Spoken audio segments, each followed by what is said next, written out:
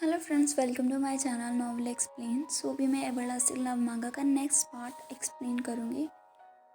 जैसे कि हमने लास्ट चैप्टर में देखा था, जो हमारा यांजी होता है और शावनची दोनों ट्रेनिंग ग्राउंड में गए होते हैं और जैसे ही वो वापस आते हैं तो यांजी उससे पूछता है कि तुम मुझे घर कब जाने दोगे, मतलब मुझे यहाँ से रिहा कब करोगे। तो शावनची उससे बोलता है कि अभी नहीं।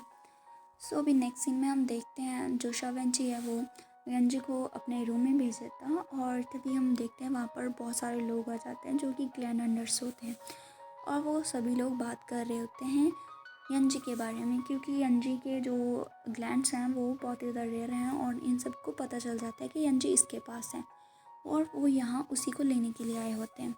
तो पहले तो शावनची बोलता है कि मुझे नहीं पता तुम क्या बोल रहे हो और किस बारे में बात कर रहे हो। तभी फिर वहाँ पर फाइट हो शुरू हो जाती है। तभी जो शावंची होता है ना, वो वहाँ पर उस पर वार करने ही वाला होता है। तभी वहाँ पर यंजी आ जाता है और उसके हाथों में दो तलवारें होती हैं और वो दोनों से बहुत ही अच्छे से फाइट करता है। ये देख के शावंची का दिल ज़ोरों से धड़कने लगता है और सोचता है कि यही चीज़, यही रूथलेस और ब्यूटीफुल और सॉफ्टनेस का कॉम्बिनेशन मुझे चाहिए था। और फिर वो सोचता है कि तुम्हें सिर्फ मेरा होना चाहिए, सिर्फ मेरा। और तभी हम देखते हैं यंजी वहाँ खड़े सभी लोगों को अच्छे से मज़ा चुकाते हैं और शावंची जैसे ही देखते हैं उसे उसे देखते ही रह जाता है। तभी यंजी को पता चल जाता है ये ग्लैन वेंटर्स हैं और वो सभी को अच्छे से वहाँ से भगा देते हैं। तभी शावंची उसके नज़दीक जाता है तो यंजी उसके ऊपर भी तलवार रखते हैं और उससे बोलता है कि तुम मुझे यहाँ से कब जाने दोगे। तो शावंची उसकी बात सुनकर उसे बोलता है कि तुम्हें जहाँ से जाने दूँ। और फिर वो उससे बोलता है लेकिन तुम यहाँ से बाहर जाके करोगे क्या।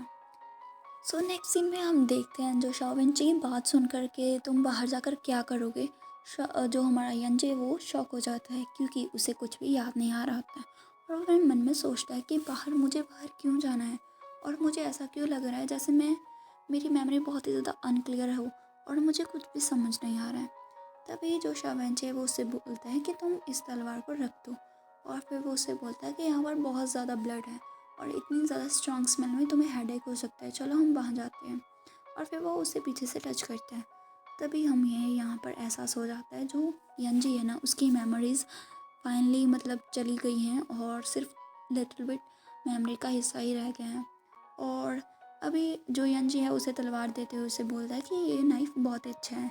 तो शावंची उससे बोलता है कि क्या तुम्हें ये बहुत ही ज़्यादा अच्छा लगा, मेरे पास पूरा कलेक्शन है, मैं तुम्हें कल लेकर जाऊँगा दिखाने के लिए। तभी जो यंजी है वो उससे पूछता है कि तुम कौन हो। तो शावंची उसे बताता है कि मेरा जो सर नेम है वो शाओ है और तुम मुझे वेंचिंग बुलाते हो। और फिर वो उससे कहता है कि मैं तुम्हारे कमांड के अंडर हूँ। तभी वो उसके नज़दीक जाता है। जैसे ही वो उसके नज़दीक जाता है यंजी को थोड़ा थोड़ा लूजिन का चेहरा याद आने लगता है। सोचता है अपने मन में कि ये पर्सन कौन है और इसे देख के मुझे ऐसा क्यों लगता है कि जैसे यहाँ पर ये पर्सन कभी था ही नहीं, लेकिन उन दोनों का चेहरा थोड़ा थोड़ा सिमिलर है। मैं क्या भूल रहा हूँ और ये किस तरह की फीलिंग है। और तभी हम देखते हैं वहाँ पर जो यंजी है उसकी मेमोरी पूरी तरह से जा चुकी है और यंजी चिल्लाने लगता है ज़ोर ज़ोर से। तभी शावंची उसके पास जाता है और उससे बोलता है कि चुप हो जाओ, मैं तुम्हारे पास यहाँ हूँ। और फिर जो यंजी है वह उससे बहुत ही अच्छे से हग करता है। ये देख के शावंची अपने मन में सोच रहा है कि सिर्फ 2 सेकंड पहले जो यंजी है वो इतना ज़्यादा रूथलेस और अच्छे से फाइट कर रहा है और जैसे ही अभी जो यंजी ने अपनी आप को मेरी बाहों में फेंका है और ऐसे ट्रैवल कर रहा है, मेरा बस उसे कोएक्स करने का मन कर रहा है। ये फीलिंग कितनी ज़्यादा अमेजिंग है। इस तरह के अमेजिंग ओमेगा को मेरे पास ही होना चाहिए था। और फिर हम देखते हैं यंजी और शावंची को, क्योंकि शाम हो जाती है तो वो उसे उसके रूम में लेके जाता है। यंजी उससे बोलता है कि क्या मैं यहाँ पर सोता हूँ। तो फिर शावंची उसे हक करते हुए उससे बोलता है कि या हमें ऊपर जाना चाहिए। तभी जो यंजी है उससे पूछता है कि क्या मैं यहाँ पर हमेशा ही सोता था। तो शावंची उससे बोलता है कि हाँ। और फिर वो उसे अपनी लैप पे बिठाता है और तभी यंजी का ध्यान उसकी रिंग पे जाता है और सोचता है कि इसकी रिंग और मेरे हाथ में पहनी हुई रिंग सेम लग रही हैं। तो उसे देखते हुए देख के जो शावंची है वो उसे बोलता है कि हमारी मैरिज को काफ़ी लंबा टाइम हो गया है। तो यंजी ये सुन के शॉक हो जाता है और उससे बोलता है कि क्या हम मैरिड हैं। तभी जो शाओवेंची उसके ऊपर चढ़ता है और उससे बोलता है लेकिन तुमने कभी भी मुझे पसंद नहीं किया। तो यंजी अपने मन में सोचता है कि मुझे लगता है ये सच कह रहा है, क्योंकि मेरी मेमोरीज़ में मैं बहुत ही ज़्यादा फ्लर्टिशियस था, क्योंकि जो यंजी है उसे मेमोरीज यही याद है कि उसके अराउंड बहुत सारे अल्फाज घूम रहे हैं। मतलब वो यहाँ जंक्शन और लूजिन की बात कर रहे हैं। तभी जो शाओवेंची है वो उसे बोलता है कि मुझे नहीं पता मेरे साथ क्या गलत है, तुम मुझे पसंद क्यों नहीं करते हो। और फिर वो सैड सा चेहरा बनाकर उसकी ओर देखने लगता है। उसे इस तरह से देख के यंजी को भी बुरा लगता है। सो नेक्स्ट सीन में हम देखते हैं जो यंजी है शाओवेंची की बातें सुनकर उसे बुरा लगता है और उससे बोलता है कि आई एम सॉरी। और फिर वो सोचता है कि मैंने सच में इतनी ज़्यादा टेरिबल थिंग्स की थी। तो शाओवेंची उसे पीछे से पकड़ता है, हग करता है, उसे बहुत ही खुशी होती है और अपने मन में सोचता है कि अभी अभी जो रैबिट के एक्सप्रेशन थे वो बहुत ही ज़्यादा अच्छे थे। मैं चाहता हूँ इसकी सारी मेमोरीज चली जाएं और इसकी मेमोरीज में सिर्फ मैं ही और मैं ही रहूँ। तभी हम देखते हैं वो यंजी को नीचे बेड पे पुश करता है, उसके साथ थोड़े रोमांटिक होता है और अपने फेरोमोन्स को रिलीज़ करता है। तभी वो उसे मार्क करता है तो यंजी भी खुश हो जाता है, क्योंकि उसे लगता है कि ये उसका अल्फा है और उसके साथ मैरिज पार्टनर में है। तभी जो शाओवेंची है वो उसे मार करता है और अपने मन में सोचता है कि मुझे अभी इसे मार करना चाहिए पूरी कम्प्लीटली से। सो वो यहाँ पर उसे मार करता है और उसके साथ थोड़ा मतलब रोमांटिक टाइम स्पेंड करता है। तभी जैसे ही वो आगे बढ़ने वाला होता है उसे अपने भाई की आवाज़ सुनती है। उसका जो ब्रदर होता है वो उसे बहुत ही ज़ोर से बुला रहा होता है और वो रो रहा होता है। तभी शाओवेंची वहीं पर रुक जाता है और उससे बोलता है कि प्लीज़ मेरा वेट करो थोड़ा। तभी हम देखते हैं जैसे ही वो बाहर जाता है जो मुंशो होता है वो काफ़ी ज़्यादा रो रहा होता है और उसे जो शाओवेंची उठाता है और उससे बोलता है कि तुम यहाँ कैसे आए और तुम इतना ज़्यादा रो क्यों रहे हो, क्या तुम्हारे साथ किसी ने कुछ गलत किया है।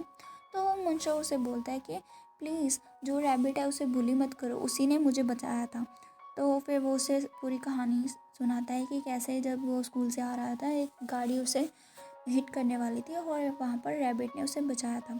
तो ये बात सुनकर शाओवेंची उसकी ओर देखने लगता है और उससे बोलता है कि जिस पर्सन ने तुम्हें सेव किया था क्या वो था।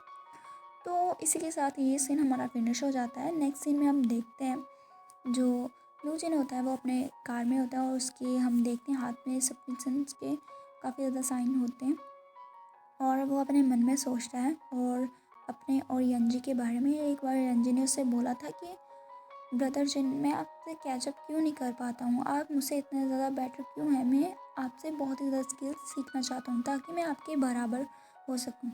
तो फिर लूजिन उससे बोलता है ठीक है फिर मैं तुम्हें हर एक चीज़ सिखा दूँगा। तभी यहाँ पर जो लूजिन है वो अपने मन में सोच रहा है कि नहीं मुझे किसी चीज़ की ज़रूरत नहीं है, तुम्हें मेरे इक्वल होने की ज़रूरत नहीं है, तुम जैसे हो वैसे ही अच्छे हो, मुझे हमारी और कंपेटिबिलिटी की फ़िक्र नहीं है, प्लीज़ जल्दी से मेरे पास वापस आ जाओ, मुझे और कोई भी चीज़ नहीं चाहिए। सो इसी के साथ हमारा ये चैप्टर फिनिश हो जाता है। सो अभी हम नेक्स्ट सीन में देखते हैं जो यंजी है वो अपने रूम से बाहर आता है और उससे बोलता है कि तुम यहाँ पर क्या कर रहे हो। तभी जो मुंशो होता है ना वो उसके पास जाता है और उससे बोलता है कि बनी मुझे हक करो। और फिर जो यंजी है वो उससे बोलता है कि तुम रो मत और उसके लिए सूथिंग फेरोमोन्स को रिलीज़ करता है। तभी जो मुंशो है ना वो उसे बोलता है कि मेरा भाई ये बुरा नहीं है, वो सिर्फ उन लोगों को बुली करता है जो उसे तंग करते हैं, लेकिन वो तुम्हें बुली नहीं करेगा, तो तुम उससे डरो मत।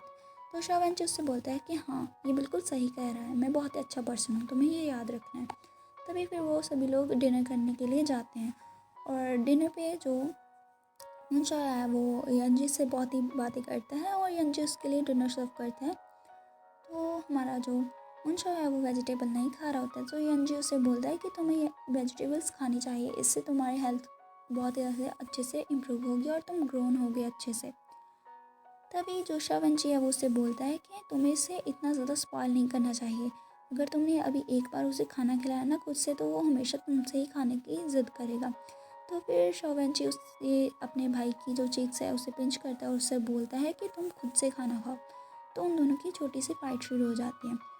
तभी जो शाओवेंची है ना वो यंजी और उसे दोनों को सर्व करता है श्रिंक्स।